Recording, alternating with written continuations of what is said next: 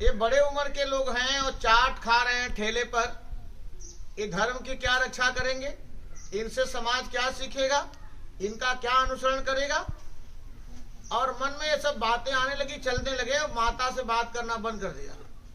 माता ने क्या किया था? गए तो जाकर के माता ने संतों के चाट खाते हुए महात्माओं के चरण छुए। अब ध्यान दीजिए थोड़ा। माता ने उन संतों के चरण छुए, चाट खाते हुए। अब हाँ, आप बोलेंगे नहीं। और निकाला, और निकाल करके उनको दक्षिणा दिया। और कम उम्र के जो महात्मा मेरे जैसे थे वो देख रहे थे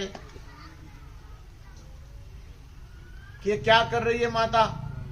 उनको दक्षिणा दिया, उनके चरण छुए और आगे बढ़ गई। तो महात्मा बात नहीं कर रहे थे, ये छोटे वाले जो हमारे उम्र के थे।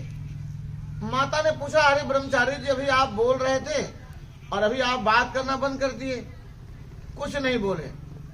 घर पहुंचे, बात हुई, बताओ ऐसे महात्माओं के चरण छू रही हो, दक्षिणा दे रही हो, परंपरा लुप्त हो जाएगी, ठेले पे खा रहे हैं।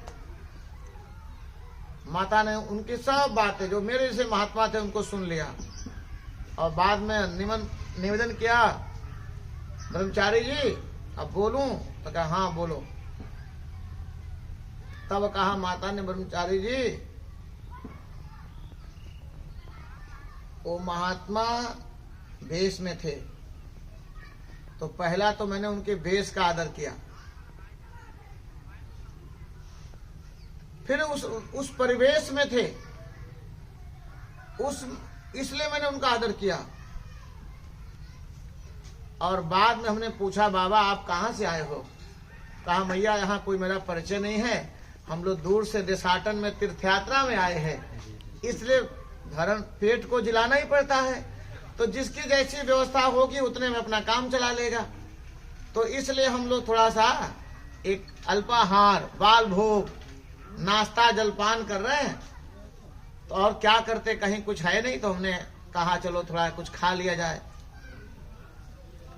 कई बार हम लोग बाहर से देख करके दूर से कुछ और भी सोच लेते हैं और भ्रम पैदा हो जाता।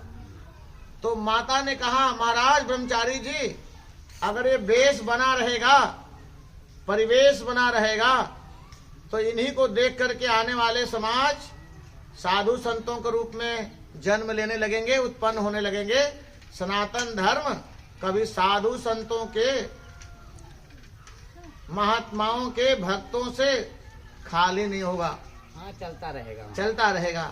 इसीलिए हमने उनका आदर किया।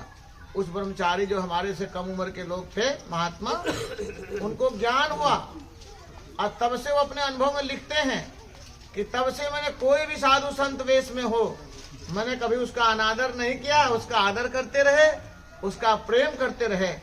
कहना क्या चाह रहा था?